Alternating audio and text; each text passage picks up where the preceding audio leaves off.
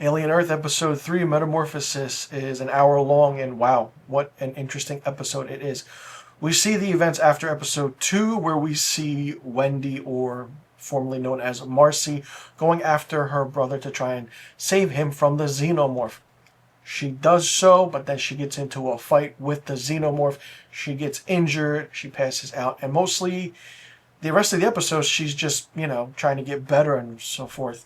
Then you have the aspect of Hermit, her brother, who is just, damaged because he got, stabbed by the tail of the xenomorph. He gets his lungs removed and everything. And it's interesting how that transpires. Then you have Boy Cavalier, the CEO of Prodigy, aka Mr. Peter Pan. Really interesting character, and he wants all those specimens just because, he just wants to take a stab in Yutani's stomach and just have everything to himself. He plays that role of a CEO perfectly. It's really interesting because it's a trillionaire, the first trillionaire, world's youngest trillionaire, and it kind of has that aspect of being a dumbass, annoying CEO that is going to get his in the end with one of these monsters, so to speak. Then you have Morrow, the cyborg, wanting to get the alien specimen and do his mission correctly. Morrow is really, really creepy in this. And then you have the aspects of the other hybrids, Curly, Nibs, Smee, and, everyone else doing their thing. The idea of taking young kids, all right, and then putting them in an adult body is really weird and creepy. But the way it's done, it's like, it just doesn't fit right. It's unnerving and weird at times because, I give credit to the actors playing the roles as kids in adult bodies.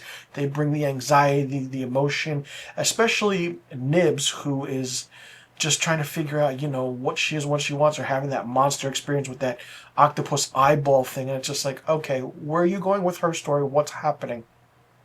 And then my favorite character in all of this, after 3 episodes, is Timothy Oliphant as Kirsch. He's a synthetic chief scientist who knows what he's doing and knows what he wants, and just, Boy Cavalier is telling him what to do, and Kirsch is like, really? This is what's going on? What's happening? Then we have the aspect of Morrow talking with Yutani, and then you see Wendy coming too, but then somehow she has a connection with the xenomorph and the facehuggers. I'm very curious to know how that's connected, how she feels their pain, or how she can hear the xenomorph. And it's just like, really more so a mundane episode than the first 2 episode premiere. It took a while to get into with this episode 3, and we just see the aspects of how everything's going.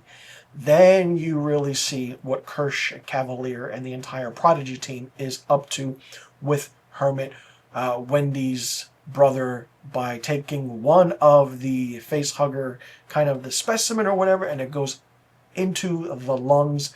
Pretty sure it's going to go right back into his body, and then you get a new xenomorph. What I absolutely love about this show is the practical effects. The practical effects are really, really good, are very, very well done. The close-up shots of the xenomorph are practical effects. Someone standing upright 8 feet tall is creepy in itself, and it's just so, so good. Seeing a show like this go back to using practical effects for the xenomorph is absolutely fantastic. And then those close-up shots, the fighting scenes, you can tell someone was acting out the movements when the xenomorph was fighting with Wendy, and it's really, really fun to see. I want more. If this is Alien Earth, give us more xenomorphs, because if you don't give us any more of xenomorphs in this entire series up until the ending, it's not going to be good. You're going to drag on the story, and we don't want that. We don't want a show like this to drag on. When the first 2 episodes were absolutely fantastic, third one, a little bit slower, mundane, more of a story, get the progression of what's going on, what's happening, and how this all leads into Alien with Sigourney Weaver, and how this takes place 2 years prior to that.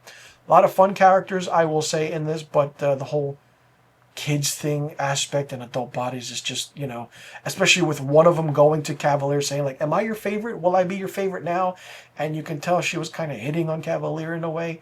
And it's like, I listen, hey, Yeah, I'm just gonna leave it at that. But I'm very curious to see how forward this show goes based on intensity, thrills, drama, the horror. It's there. Very, very well done. You know, set design wise, it's just let's get going, okay? Because you slowed down a little bit with episode 3. Let's bring us back in with episode 4 and 5, and then 6, 7, and 8 will be a good way to end it all. I'm very curious to see how this goes. It's fun so far. Just episode 3 was a little bit slow and a little bit of a letdown, and kind of confusing at times, but hopefully a lot of things will get answered in the upcoming episodes. Let me know in the comment section what you thought about Alien Earth Episode 3, Metamorphosis. Did you like it? Did you not like it? What did you think of it? What was your favorite scene? What was your least favorite scene? Who's your favorite character? Who's your least favorite character so far in these 3 episodes? And what do you think will happen in the entirety of this season? And what do you think the season finale is going to be? And who will get theirs in the end? And who will survive and who won't? Let me know in the comments section about all the questions I just asked. I'm Mr. Filmstock. Thanks so much for tuning in. I'll see you all in the next video. And be sure you tune in next week to my Alien Earth Episode 4 review.